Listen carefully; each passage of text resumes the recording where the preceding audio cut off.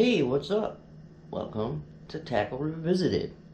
I'm your host, the Old Dirty Fishman, aka the Old Dirty Gunsmith.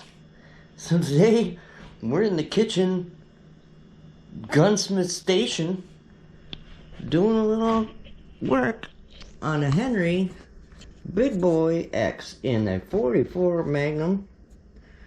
I got some parts from our friends over at Ranger Point Precision.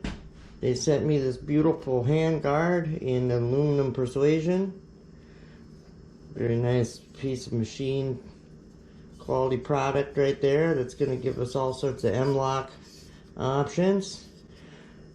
One of which M-lock options that's going to be available to me today will be this X.T.S angle foregrip. So we're going to put that on the front there. This is they packaged their product up. Look at this stuff, man. They even gave me a, hold on, let me give you a drink of this coffee here. Hold on. So anyway, they gave me a nice little card. They're like, hey, thank you for your order. So that was nice of them. All packaged up real neat and pretty like. And then for the back, we have this Henry Picatinny rail. Beautiful Picatinny rail for, I will be putting a set of UTG flip up sights on. But for right now, originally this was just going to be a preliminary takedown for me to teach myself how this gun came apart and went back together. But as you can see, you basically have to do a full dismantle on the whole trigger mechanism. Let's try to turn on some light here so you guys can see the whole trigger mechanism, and you got to take that magazine tube off there, and all to get this front stock out here, which you guys are going to want to pay attention for this. I am going to cut this pick rail out, and I'm going to adapt this pick rail to my front sight so I can use the UTG flip up iron sights, tactical iron sights. That is probably going to be an addendum to this video. I might have to pause and come back for the cause, but so as soon as I get this handle off of here and pick the gun up, then this little doodad fell out of here, this little lug. They send you with a beefier lug here to help support the weight of that handguard. So we're getting ready to drive that in with my rubber mallet. But oh man, so this I thought was going to be really simple. Like, once you get all this stuff apart, there's a little set screw down in there, and I figured once you loosen that set screw up, you'd just be able to take this magazine tube and just like kind of slide it back in its hole a little bit. Well, it's not like that. What they did, they tried to screw you, so you'd have to call a gunsmith. Is they took, where is that little piece at? I'm pretty good at losing parts. Here. Here it is. This is the magazine tube holder doodad, dovetail holder doodad. It's drove in there, and once you get this handguard loose, you slide it forward, so you got a little bit of wiggle room, and then you just start driving. That dovetail out of there until she's gone. And it's a little scary. You're wondering, there can't possibly be enough room for that tube to twist across that barrel enough to get that dovetail out. But it worked. I feel very confident that when I go to put it back together, everything is going to be just fine. Definitely something that you can do at home with a little bit of patience. I would suggest maybe doing it in a much nicer, cleaner, or a more organized work environment than I have chose to. And it helps to know a little bit about mechanical things, and which I kind of do. But there's some things that happen, like this spring fell out before I could note the location of that. So that's going to be fun trying to figure that out. And that's nothing that maybe a YouTube search, a schematic blow up of this gun might. This fell out. And then, yeah, this thing fell out. And what else fell out? Oh, this fell out. So basically all the guts of the gun fell out on the floor as I was working on it. And now I get to build a puzzle and get it back together. But we're gonna go ahead and we'll pause this and get that drove in, and we'll get this handguard on here, get that tube back in it, and we'll show you what we get. Alright, here's where it gets tricky, kids. This is where they like to want to send it to a gunsmith, but you can do it. I know you can do it. So this little lug doodad here, it's a little bit thicker, a little bit beefier, it's taller. It nestles this tube a lot more than the last one did. Look at how short that is, how weak that is compared to this new one. You can see the profile there. But anyway, so if you get too far ahead of yourself and you drive this thing in all the way and center it to where it's supposed to be at, prior to putting this cap on this tube and sitting that into its dovetail, what you're going to find out is there is no way for you to get that in. It's just impossible. You can't get that tube over far enough to the side in order to start that. So you'll have to do what I just did, and you'll have to hammer that back out, uncenter again, and then get your dovetail started here, and then you're gonna have to flip it back over, and you're gonna have to drive them in just a little bit at a time and work them in together until you get it lined up. I'm not really a fan of it, but I mean, I guess it is what it is, right? Yeah. Alright, you guys, so we got the rail on, and I got her. She's looking nice and square. The tube's in place. Let's see, I got a pretty uniform gap along the side there. I'm casting a little bit of shadow, but she looks good. I think she looks good and straight. You can really tell when you're looking down at those bars that they are about the same distance. I didn't measure anything, but I got my dovetail in nice and pretty.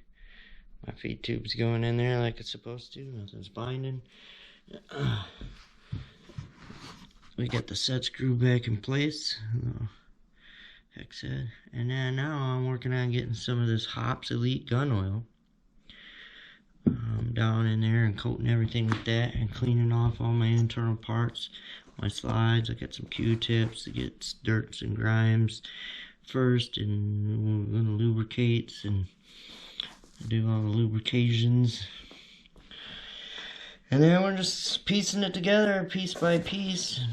See what I come up with, see if I can't figure it out. You know, like I said, I'm really worried about that one spring, which I'm not even sure where that went. There it is. Look at that though. Who the hell knows what that thing's for? Whatever. Figure it out. Talk about a pain in my ass.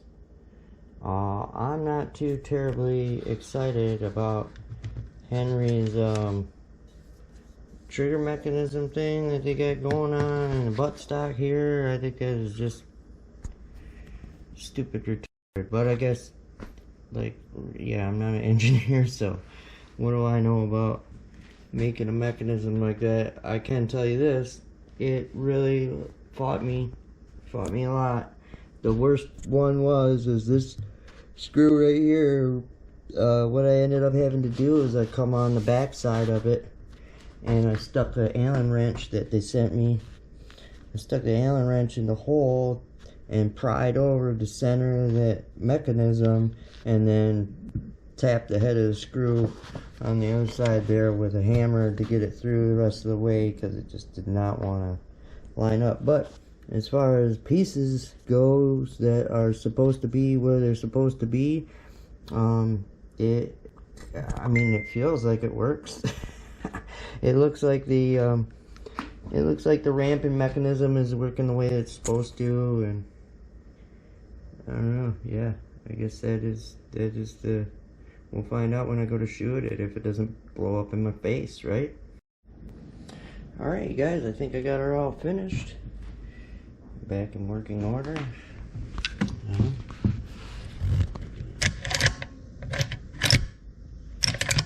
No hang-ups on the trigger mechanism. Things are working fine there. I got my Picatinny rail mounted.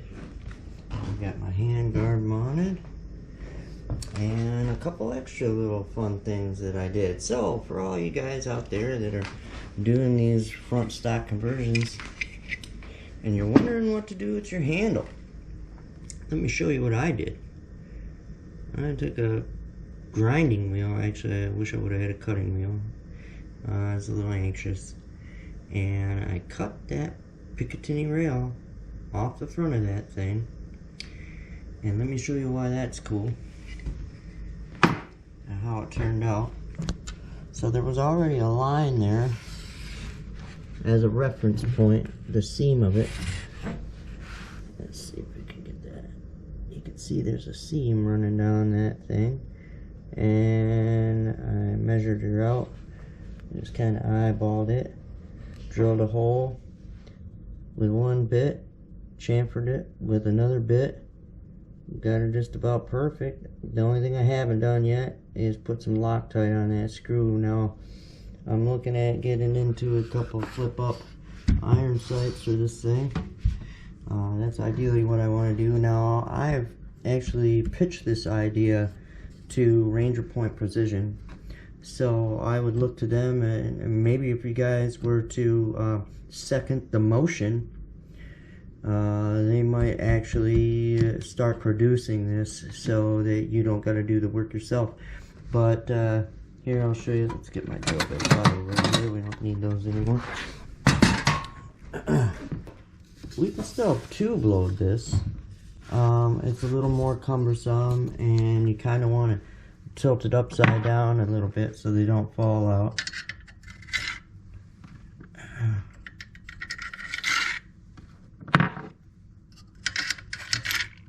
Because you still got that slot there.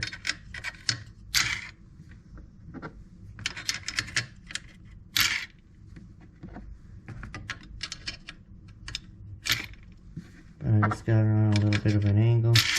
And this would be a lot easier to do if I wasn't doing it one-handed.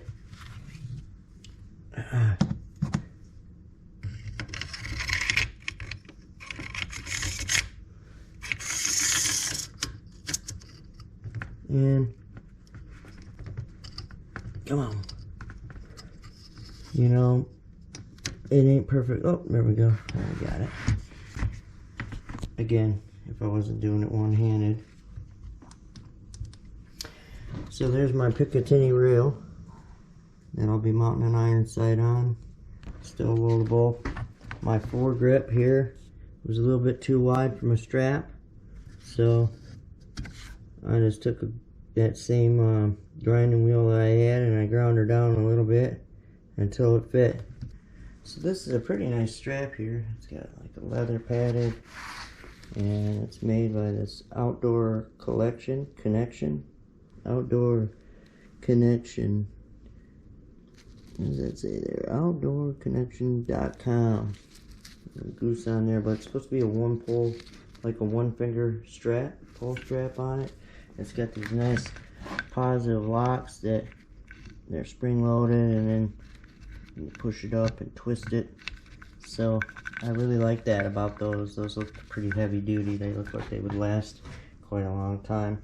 And then on my Picatinny reel, I had originally had this laser / flashlight mounted on a Picky reel that was this one that was on this stock.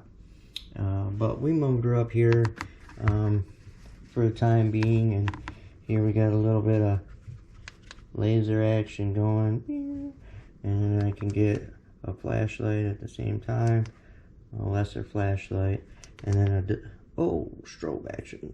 Watch out, with the laser going all at the same time. So, you know, it's not going to be dead accurate, but in the middle of the night, guarding your house, if you had something like that on there, you don't really need a scope. You know, I can do quick picks and go run and gun. So I like that. Let's shut that off. But yeah, there's my shout out to Hops gun oil, I guess. I used the Elite gun oil on during the build. That's what I had. And then I'm probably going to get rid of this sight here.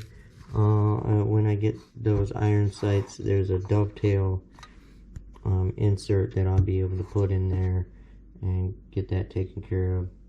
And of course, I'll get this Loctite. I'm probably going to finish sand this a little better around the edges. I'll finish sanding that a little around the edges, and then maybe get some Loctite on that screw and keep that in place. But what I liked about that is that it's got those little if you do this the right way and you save that stock, you get those nice little centering style triangles that just kind of hold it in place around the barrel there. So that's pretty cool. And there's a nice little like lip edge there. You know, you could probably even shorten that up a little bit, or drop it back further over top of your tube if you didn't care about that. But I'll probably get a little quiver for the side there, and I don't know. I was thinking about a bayonet for it. But that's my gun, and that's my Henry Ranger Point Precision handguard install video. I hope it was informative to you, with a little tip on altering your foregrip and my Picatinny rail hack with Henry Pick rail install. Well, I didn't show you how I did that. It's 3 screws. Just be careful, man. Hey, you know, be careful when you're using the screws on. I should show you the screwdrivers I use. You guys would laugh, but I didn't mar this. I didn't mar this up. I mean, she is still. There's my light. She's still brand new. And I didn't even know what the heck I was doing. I've never been in one of these guns before. Just a little bit inclined, that's all. So there you have it, guys. Thanks for joining Tackle Revisited. Again, I'm your host, the old dirty gunsmith, signing off. Tight lines and true shots. Yee-yee.